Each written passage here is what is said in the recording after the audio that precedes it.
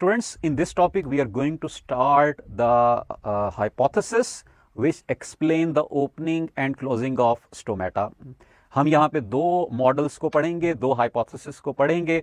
One is the old, that is starch sugar hypothesis, and second one is the latest, which is potassium ion influx hypothesis. So first we will move towards the starch sugar hypothesis. और इस hypothesis के through हम देखेंगे कि stomata की opening किस तरह से होती है और स्टोमेटा क्लोज किस तरह से होते हैं. According to this hypothesis, during day time when light is available, plant will start photosynthesis. अब हमने इससे पहले गार्ड सेल्स के बारे में पढ़ा था कि guard cells have chloroplast and these are photosynthetic cells. तो इसका मतलब ये है कि इन गार्ड सेल्स के अंदर भी फोटोसिंथेसिस स्टार्ट हो जाएगी और इस फोटोसिंथेसिस के रिजल्ट के तौर पर they will synthesise glucose as sugar molecule. Glucose की सिंथेसिस होगी. अब इस ग्लूकोज की सिंथेसिस के साथ इन गार्ड सेल्स के अंदर सॉल्यूट की कंसंट्रेशन इंक्रीज हो जाएगी. और आपने ये वाटर पोटेंशियल के अंदर पढ़ा होगा कि जहां पर भी सॉल्यूट की कंसंट्रेशन इंक्रीज हो वहां पर वाटर पोटेंशियल ड्रॉप हो जाती है. तो सॉल्यूट कंसंट्रेशन इंक्रीज होगी, water potential will become low. किसके मुकाबले में? As compare to the surroundings.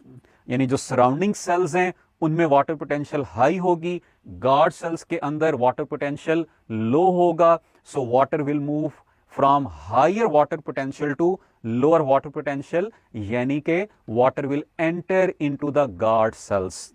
Water की इस एंट्री को हम कहेंगे एंड ऑस्मोसिस. और वाटर के एंटर होने की वजह से टर्गर प्रेशर इंक्रीज होगा, यानी गार्ड सेल्स में टर्जिडिटी इंक्रीज हो जाएगी. और हमने ये पढ़ा था कि जब भी गार्ड सेल्स में टर्गर प्रेशर इंक्रीज हो तो इनकी इनर वॉल्स आउटर साइड पे स्ट्रेच करती हैं और उनके स्ट्रेच होने की वजह से स्टोमेटा ओपन हो जाते हैं. सो this is the detail about the opening of the stomata. अब इसी तरह से हम स्टोमेटा के क्लोजर की तरफ अगर जाएं तो इस हाइपोथेसिस के मुताबिक नाइट में जब लाइट अवेलेबल नहीं होगी तो अल्टीमेटली फोटोसिंथेसिस भी नहीं होगी और इन गार्ड सेल्स ने जो ग्लूकोज सिंथेसाइज किया था या तो ये उसको यूज कर लेंगे या उसको स्टोर कर लेंगे in the form of starch और एनी अदर कंपोनेंट. अब ग्लूकोज चाहे यूज होता है या कन्वर्ट होता है, इन सेल्स के अंदर ग्लूकोज की कंसंट्रेशन डिक्रीज हो जाएगी. ग्लूकोज की कंसंट्रेशन डिक्रीज होने का मतलब है सॉल्यूट की कंसंट्रेशन डिक्रीज हो जाएगी. And decrease in solute concentration means water potential will be increased as compare to the surrounding cells. Water potential यहां पर ज्यादा होगी जबकि सराउंडिंग सेल्स के अंदर वाटर पोटेंशियल लो होगी. और ये भी हमने वाटर पोटेंशियल के अंदर पढ़ा है कि water moves from higher water potential to lower water potential, जिसका मतलब यह है कि water will leave the guard cells. अब गार्ड सेल्स से वाटर के निकलने का मतलब है कि हम इसको एक्स ऑस्मोसिस कहेंगे. इस एक्स ऑस्मोसिस की वजह से गार्ड सेल्स में टर्गर प्रेशर डिक्रीज हो जाएगा और टर्गर प्रेशर डिक्रीज होने के साथ इनकी इनर वॉल्स फ्लैसिड होंगी और ये फ्लैसिड वॉल्स स्टोमेटा को क्लोज कर देंगी. So this is closure of the stomata कि इस हाइपोथेसिस के मुताबिक स्टोमेटा ओपन कैसे होते हैं और स्टोमेटा क्लोज कैसे होते हैं. अब हम चलते हैं सेकंड मॉडल की तरफ, that is potassium ion influx hypothesis. जो आपने स्टार शुगर हाइपोथेसिस पढ़ा है उसकी एक डिस्क्रिपेंसी है और वो डिस्क्रिपेंसी क्या है कि डे टाइम में specially in the summer season जब लाइट की इंटेंसिटी बहुत ज्यादा होती है, तो लाइट की इंटेंसिटी ज्यादा होने का मतलब है कि प्लांट में ज्यादा फोटोसिंथेसिस हो, ज्यादा ग्लूकोज बने और स्टोमेटा को ओपन रहना चाहिए. लेकिन उस समर सीजन के अंदर लाइट की इंटेंसिटी बढ़ने पे स्टोमेटा क्लोज हो जाते हैं. And this closure is not explained by starch sugar hypothesis. This is explained by potassium ion influx model और इसलिए हम इसको most accepted model का नाम देते हैं. अब हम पहले इस मॉडल के मुताबिक देखेंगे कि स्टोमेटा की ओपनिंग और क्लोजिंग कैसे होती है और किस तरह से ये इस डिस्क्रिपेंसी को एड्रेस करता है. तो पहले हम चलेंगे टुवर्ड्स द ओपनिंग, उसी तरह से आपने स्टेप्स वही याद रखने हैं कि डे टाइम में जब स्टोमेटा ओपन होते हैं कैसे ओपन होते हैं उसको हम देखेंगे। दो बेसिक स्टिमुलाई आपने याद रखने हैं, one is the blue light और सेकंड लाइट की वजह से डे टाइम में फोटोसिंथेसिस स्टार्ट हो जाएगी। अब ब्लू लाइट का रोल क्या है?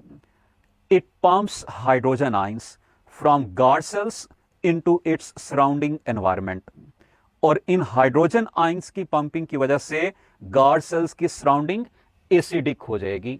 तो ब्लू लाइट ने गार्ड सेल्स की सराउंडिंग्स को एसिडिफाई किया।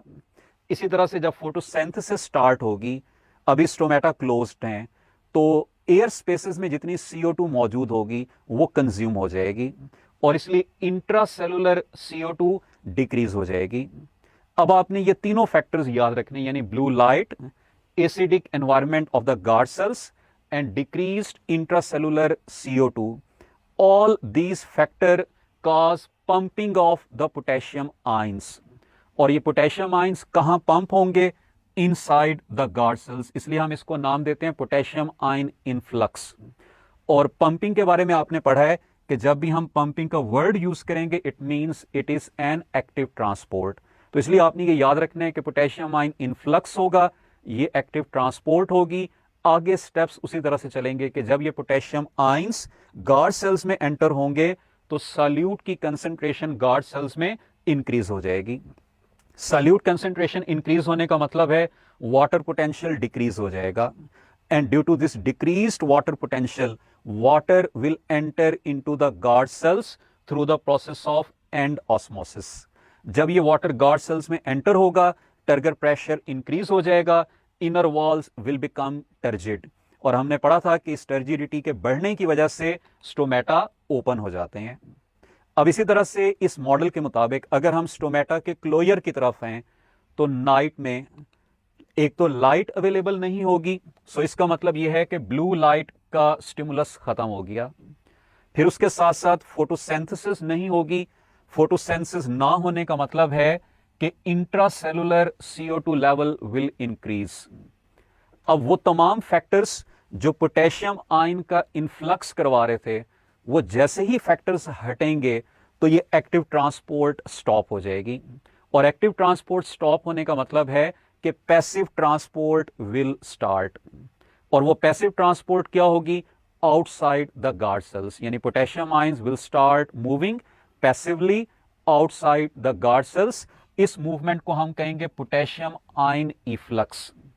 गार्ड सेल से पोटेशियम आयंस के निकलने का मतलब है कि सॉल्यूट की कंसंट्रेशन डिक्रीज हो जाएगी, जिसकी वजह से गार्ड सेल्स के अंदर वाटर पोटेंशियल इंक्रीज हो जाएगा, और इस इंक्रीज्ड वाटर पोटेंशियल की वजह से water will move from higher to lower potential, यानी आउटसाइड द गार्ड सेल्स। इसको हम कहेंगे एक्स ऑस्मोसिस ऑफ वाटर। इस एक्स ऑस्मोसिस के रिजल्ट के तौर पर गार्ड सेल्स में टर्गर प्रेशर डिक्रीज होगा, inner walls will become flaccid, और ये फ्लैसिड वॉल्स स्टोमेटा को क्लोज कर देंगी। अब ये तो हमने दोनों फिनोमिना पढ़ लिए कि ये हाइपोथेसिस कैसे स्टोमेटा की ओपनिंग और क्लोजिंग को एलैबोरेट करता है। अब हम आते हैं उस डिस्क्रिपेंसी की तरफ जिसको स्टार्च शुगर हाइपोथेसिस ने एड्रेस नहीं किया। इस मॉडल के मुताबिक समर सीजन में जब लाइट की इंटेंसिटी ज्यादा होती है तो प्लांट एक हार्मोन रिलीज करता है that is called as abscisic acid, और वो एब्सिसिक एसिड लाइट ज्यादा होने के बावजूद इस एक्टिव ट्रांसपोर्ट को ब्लॉक कर देता है। और ये हमने अभी पढ़ा है कि जैसे ही एक्टिव ट्रांसपोर्ट ब्लॉक होगी पोटेशियम आयन इफ्लक्स स्टार्ट हो जाएगा, और पोटेशियम आयन इफ्लक्स का मतलब है कि स्टोमेटा क्लोज हो जाएंगे, यानी डे टाइम में लाइट की अवेलेबिलिटी के बावजूद due to this hormonal action plant will close the stomata, will stop the transpiration, ताकि उसकी विल्टिंग ना हो और वो प्रोटेक्टेड रहे। सो ये दो हमने मॉडल्स पढ़े हैं that explain the opening and closing of stomata. Let's move to discuss some of the practice questions related to this topic. पहला क्वेश्चन आपके सामने है, most accepted model about opening and closing of stomata is starch sugar model, potassium ion influx model, pressure flow model, bulk flow model।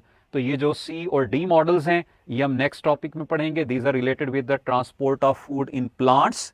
Stomata की opening और closing को ये दो models explain करते हैं और इनमें से most accepted model potassium ion influx है।